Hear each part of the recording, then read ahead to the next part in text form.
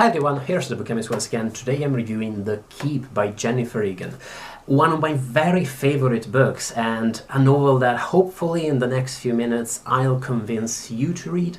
It's one of those books I would recommend to everyone, to passionate readers, to people who are interested in the evolution of literary techniques and storytelling, people who are looking for some fine contemporary novels, for a good adventure story, a good genre novel, a good horror story, a good story about a story that explores the complexities of some truly three-dimensional and humane characters. Whatever you're looking for in your next book, The Keep has it. And in 200 pages, with such a masterful economy of words. I reread it recently, and as always I was blown away by how masterful a narrative this is. Probably for all that I look forward to rereading A Visit from the Goon Squad, and so I shall suspend my judgment for a while.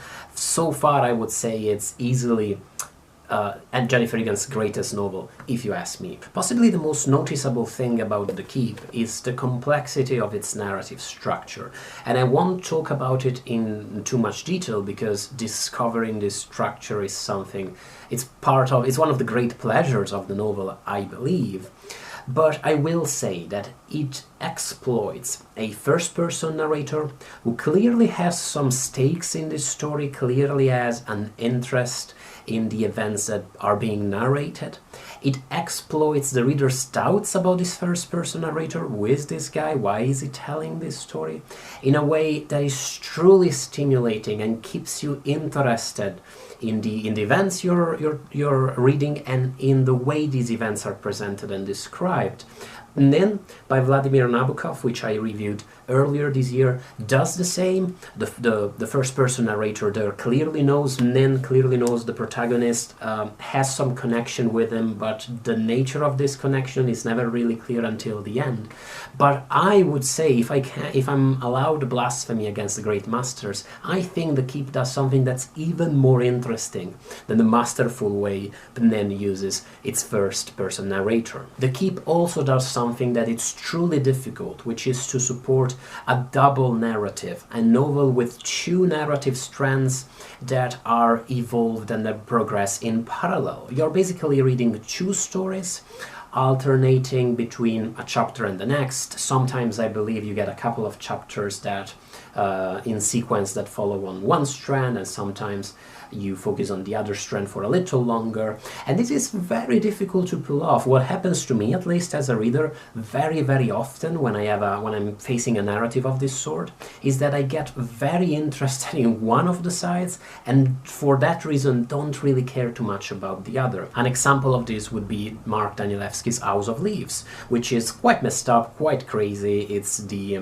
a critical text about a documentary that never was, a fictional documentary about this bizarre house, but at the same time this critical text is also annotated by a curator who had some bizarre experiences after encountering this text, and it's telling you about them. But what happened to me was that I was just interested. Very quickly I became interested in the critical text itself and didn't really care too much about the story of Truant. That's never the case in The Keep. Both sides of the story remain equally interesting and fascinating, possibly because they feed on one another. The information you extrapolate from one narrative strand is very useful when it comes to interpreting the other, and vice versa. Speaking of other structural games like this, The Keep features quite a lot of interesting and really hilarious metafictional jokes about the craft of writing, jokes about the passing of time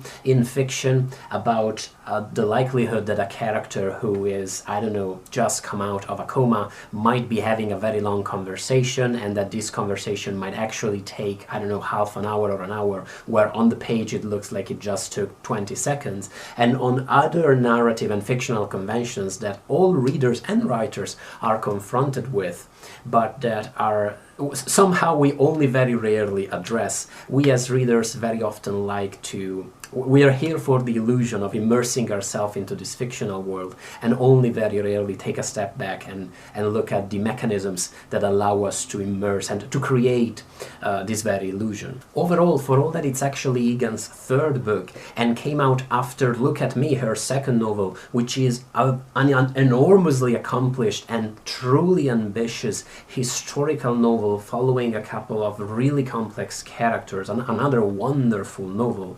For all that it came out after such an accomplishment, it truly feels like the work of a writer coming to terms and playing with the conventions and the tools of her craft, exploring them, toying with them, reflecting on them, and in the process coming to create a beautiful story. Because what I've said so far makes this sound a little bit like a Jorge Luis Borges story, like a gimmicky narrative about metafiction and about literary games, some kind of Calvino, If on a Winter's Night, the Traveler sort of story. And The Keep really isn't. The Keep is a very emotionally stimulating narrative. It's packed with very interesting characters who lived somewhat traumatic, somewhat tragic, somewhat relatable lives, coming together and having to deal with their own difficulties and their own problems and with whatever shit life handed them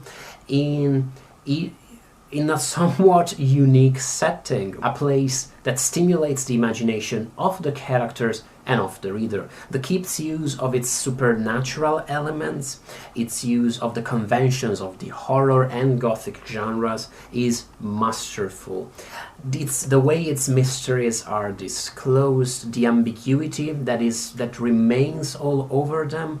It's just addictive. I truly struggle to express how masterfully orchestrated the novel is, but let's just say that cracking the mysteries of these supernatural elements, what's up with that old lady living in the keep in the tower? Is there actually a ghost, or are there ghosts living around the pool? What's up with the tunnels under the castle? Cracking these mysteries is as compelling and as much of a game you'll be forced to play and you'll want to keep returning to after you've read the novel once or twice. It's as compelling as trying to figure out the complexities of these characters. You're constantly on the edge of your seat, because with all the characters in the keep, with all of them, none excluded, you're never quite certain you're really figured out. They are, in different ways, all of them dangerous people with quite a lot of damage caused in their past, and you're always striving to understand them and hoping you understood them and that they will manage to overcome the people who may have been at certain points in their lives. Overall, The Keep is a wonderful story about the liberating powers of imagination, the redemptive potential of writing, of putting yourself in the shoes of other people, maybe people you despise, maybe people who live lives that are very different from yours, about the great magic. At the end of the day, if I'm allowed to be soppy, the great magic of literature that allows us to step outside of our head and of our view on the world and to inhabit somebody else's experience for a little bit. I actually filmed a review of The Keep after I first read it several years back, and if I'm refilming it now that I've reread it, it's because I felt like I absolutely didn't do justice to the book at all in that first video. But now that I'm refilming the review, I feel like I haven't done a much better job. And that's because I really struggle in this format, in just a few minutes, to transmit how much I was in awe of this book, how perfect I think it is in the way it uses all of its elements, in the way it plays with the conventions of the genres it engages with, how stimulating and fascinating the story of its characters is, and how often I keep rethinking about it, and how often I just feel like picking it up again and rereading it just for the pleasure of it. I cannot possibly recommend it highly enough. I absolutely think you should read The Keep and discuss it with me in the comment section. If you've read the novel, what did you think of it? Did you love it as much as I did? Were you maybe skeptical about some of its elements? Do you agree that it's the best or among the best of Egan's works? I look forward to discussing this with you guys in the comment section. And thank you as always for watching the video. Bye people.